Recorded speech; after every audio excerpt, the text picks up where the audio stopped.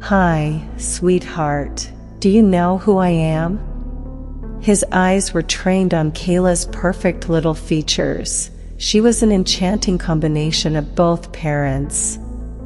She had his eyes, blue eyes so pale that they sometimes looked almost gray. "Man," Kayla responded shyly before popping her thumb into her mouth and laying her head on her mother's chest. "That's right." He nodded. Rick re-entered the room silently, and Kayla dragged her thumb out of her mouth long enough to point at him. "Man," she informed helpfully, and Bryce swiveled his head, caught sight of his brother, and nodded with a grin. "That's your Uncle Rick." Rick looked startled to hear himself introduced as such, startled and then pleased. He seemed to swell with pride. "I am your daddy." "Can you say daddy?" "What do you think you're doing?" Bronwyn was so appalled by his blasé introduction that her voice came out louder than she had intended. It startled Kayla, who blinked in shock before melting into tears. Bryce looked devastated. He stared at the crying child helplessly, not knowing what to do. Bronwyn, unable to stop herself, continued furiously. "How can you just announce it to her like that?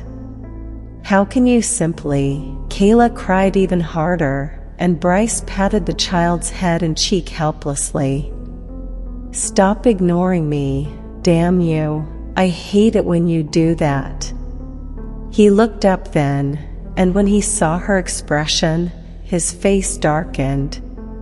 "It was you," he seethed. "You made her cry. I thought it was something I'd done, damn you." Bronwyn blinked down at him in amazement before lifting her eyes to Rick's face in shocked realization. "He can't hear me, can he?" she asked Rick, who stood just behind Bryce. The younger man said nothing and merely continued to stare at her levelly. His silver-gray eyes were unnerving in their uncharacteristic iciness. "Why don't you ask me that question?" Bryce asked mockingly, and she returned her gaze to his face, realizing that he had heard her question. She berated herself for being ludicrous. Of course he could hear her. "Ah, but you already know the answer, don't you?" he taunted, and she stiffened, feeling like a fool. Kayla had stopped crying and had her head resting on Bronwyn's chest and her thumb back in her mouth. She was eyeing Bryce warily. "What's your name, Angel?" he asked her gently. The child refused to answer, and her eyelids grew heavier as she started to slip into a doze. "Her name's Michaela," Bronwyn supplied, but he kept his eyes on Kayla's face, ignoring Bronwyn again. "Go on, tell me your name." He blatantly snubbed her. Kayla dragged her thumb out of her mouth and deigned to respond. "Kayla."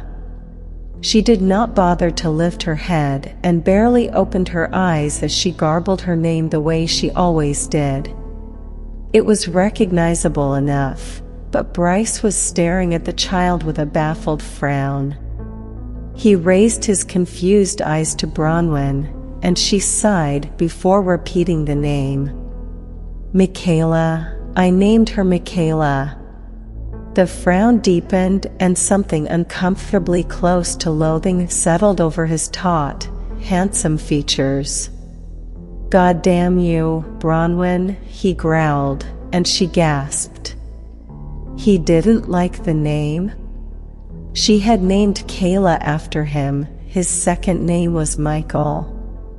Maybe he thought it was hypocritical of her to name their daughter after him when, as he now claimed, she had deprived him of his child. Bryce looked angry, hurt, and confused at the same time, and he kept glancing at his dozing little daughter and shutting his eyes despairingly. Bronwyn did not understand his reaction. Rick stepped forward, leveling a resentful glare at Bronwyn that baffled her even further, before laying a calm hand on his agitated brother's shoulder. Bryce looked up and grabbed Rick's hand as if it were a lifeline. "Tell me," he pleaded desperately, and Rick nodded. "Her name is Michaela, Bryce," he told his brother gently, with both his mouth and his hands. Chapter 2. Why are you doing that? Bronwyn stammered. Both men ignored her, and Bryce turned back to his sleeping daughter, with his heart in his eyes. "Michaela," he murmured, running a gentle finger down the baby's soft cheek. "What a beautiful name. What's going on here?"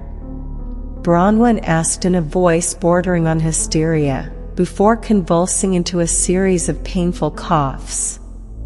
Kayla stirred a little, disturbed by the violent coughing, and Bryce picked the little girl up and cradled her to his chest. "Give me your flat keys. Rick and Lisa will pack your things." Her eyes were blurry with tears as the coughing tore at her throat and chest. She was unable to respond to the autocratic demand and was appalled when Bryce simply reached for her handbag and tossed it to Rick. "They're probably in there," he told his brother. The younger man nodded and turned away. "Wait," Bronwyn called painfully, trying to get her coughing under control.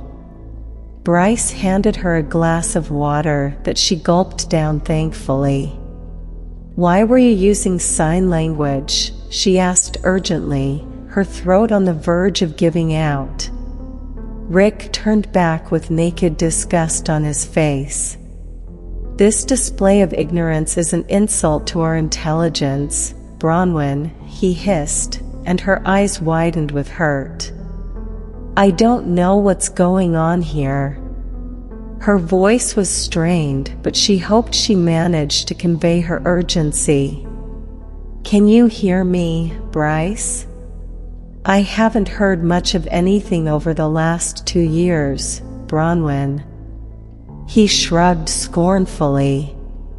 "And you know it. You did this to me, after all."